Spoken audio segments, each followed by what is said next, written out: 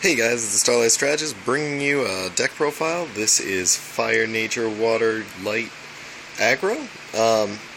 Yeah, no, it is aggro. But this is kind of... See, I saw this list a while back when Earth Power posted it. I was like really interested. Then I read the CVH article and I'm like, I want to play Tats at Champ a lot. But I wasn't 100% sure on the deck, so I kind of threw my own things in and tested it out. I played it this weekend at Duel Day, and I ended up taking third place. I mean, that's not too bad. It actually has a really good control matchup, and I was able to beat Mono Red Rush with it, and that made me feel really good. So I'm going to go over my choices in the deck, what works and what should be taken out, and how to make it a little bit smoother. And I think this deck actually, it has a lot of potential. It was very consistent throughout the day, so why don't I just go over it real quick, and yeah. Alright, so we got our two drops. We've got our Razor Kitties and the Manapod Beetles. Manapod Beetles against the Rush matchup was preferred just for the extra mana, but the Kitties put in a lot of work. They could crash laser arms and all that. The only thing that really posed problems was Burn Claw, but by that point I already had an answer in hand, so they worked really well. I really liked them. And again, I think at the end of this, I would have run a third Manapod just to... That 2-drop was pretty crucial in all the games. If I could drop the 2-drop, I was in really good standings, and if I couldn't, I usually hurt a little bit more. Alright, so for our 3 drops, we got 3 Baseball Seneschal. They don't have to be baseball, of course, but he was a great 3-drop. I actually preferred him over Lovago Scan, gave me more board presence, and just those +1s really helped out. Rusalka, because it's an awesome turn 4 play. I mean, Seneschal beat down, literally, there were plenty of games where it progressed just Razorcat, Seneschal into Rusalka, and I was just able to start swinging down. It really hurt them quite a bit. And Rusalka works really well with one of the cards I'm going to talk about in a little bit. Alright, I only played 2 Gilflame. I thought 3 was excessive, kind of a dead draw. And, you know, I wanted to fit other things in. It was a game finisher. That's what it helped them most as. The fact that it didn't stay on field actually kind of hurt. But it just having that play in hand really helped out quite a bit. And actually usually protected my other cards from Mesmerize, so that was kind of nice, I guess. But still a great card, but 2 works just because it keeps bouncing itself. I played 1 Blade Rush Wyvern. It saw no play.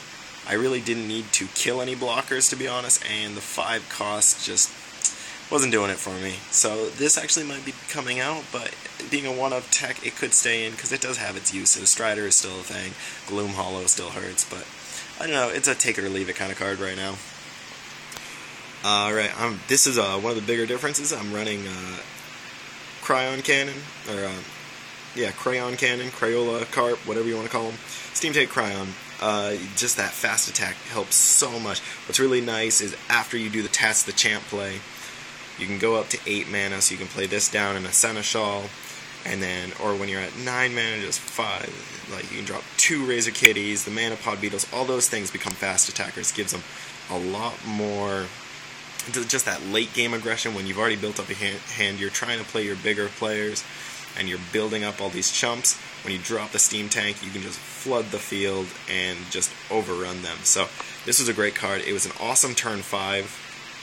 But actually, as a turn, even just playing it as a turn 9 worked so well. So this was awesome addition. I wouldn't run 3, but 2 was awesome. Finbarr was really good. Hey, buddy, what you doing? All right. Yeah, right. 2 Finbarr, it worked. I didn't actually need the 2. It actually could go down to 1, but it worked. What was actually nice is going Steam Tank into Finbarr. Was actually kind of a nice combo because I was guaranteed that +1, guaranteed the fast attack. But my preferred turn 6, always and forever, would be Tats the Champ. Just setting up those turn 8 plays that much earlier was just, it was so good. Not to mention with Manapod Beetle dying off, you could get him out a turn earlier. When I saw him opening hand, he almost always became mana just because I wanted to guarantee I could get those Razor Cats out. But very consistently, I had him for the turn 6 play, and it just worked so well into itself. So really like this. I played 3 General Skycrusher. Didn't need 3, not nearly. The fact that you actually skip the turn 7 mana, just, I don't know, it's kind of a dead card a lot. I think I played it once. It's nice to have on field, but it's really not necessary, actually. I could down it to 2, even down it to 1, and maybe put in more Bolt Tails, or maybe a Billion Degree. Billion would have helped. Bolt Tail was just great aggression, just those 2 shields, popping it down. It just progresses so well, so Bolt Tail probably would take over Skycrusher. And then I ran the 1 water spout. This was my personal tech, and I love this. I love this card in Blurple, stuff like that. But it worked in this. It was for the control matchup, and I played Rush all day, so this really was just mana at that point. But I liked having it, the option, because you go Tats the Champ. If you already have a field going, Tats the Champ, then the next turn charge into Water Spout. You can take out 2 blockers, or just bounce harass something. So this was actually, I'm glad I had this in the deck. It just didn't see play that day, really. 3 logo scan, because honestly I'm running 6 level 3s, logo scan in the Seneschal. I mean, so if I had both in hand, I usually drop the Seneschal, but this was just nice later game just to set up, get more chumps for the Crayon.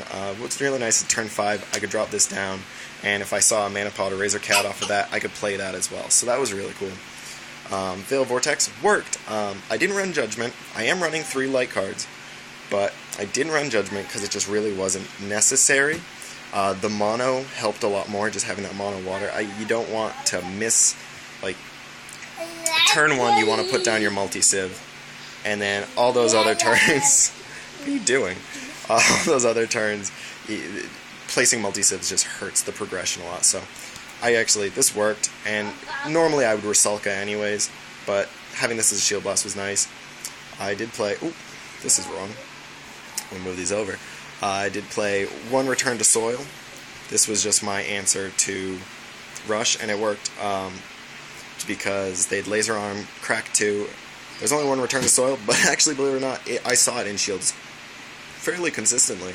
I really don't want to run more than that, because you're giving them 2 mana, and that just lets them evolve Drakons that much easier, but just, you need to get rid of it at the same time. If it's the only Drakon on field, and they don't have the Evo or whatever, that can hurt them, and being a level 4, it can take out plenty of blockers, all that stuff, so this worked. I liked it at 1, because I rarely would ever hardcast it.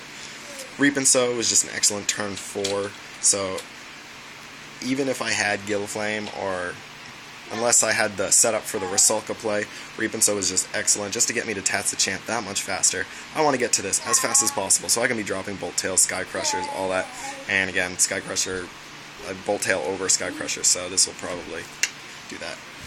And then I had the 3 Root Trap, because if you're not playing 3 Root Trap in green, you're not doing it right. And the 3 Storm Strike. I never hardcasted this. It was really nice to see off a shield trigger. It helped out a lot.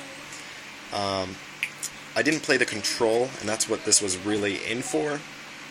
But, you know, it really didn't clog up the deck. It actually made it easy mana choice, which was nice, because if you drew an opening hand or whatever, that was just, don't play this as your turn 1 mana, because you want to make sure to have a green or red, so you can go into the Razor Kitty if you need to.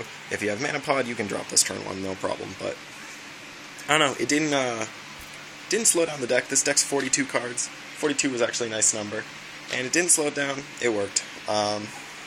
Overall, I'm really happy with how it ran. The only issue I saw is drawing into like all my late game stuff and Shield Blast, and that would happen maybe once every round. So 1 game out of 3, that's not too bad, but I want to make it more consistent. I would probably play 3 Mana Pod Beetle, just because I want that turn 2, I want that mana ramp, it's great aggression, I want more of those. And then, even if I just run 1, even if it's just 1, I want a Jet Thrust Darter, just for that extra fast attack, because so many games it was just, if I have that fast attacker, I win the game. So, those would be my changes, really. But overall, really enjoyed the deck. Sorry it's a little scrambled now. I hope you enjoyed the video. Rate, comment, subscribe. Check out my other vid. Let me know what you think. And yeah, peace.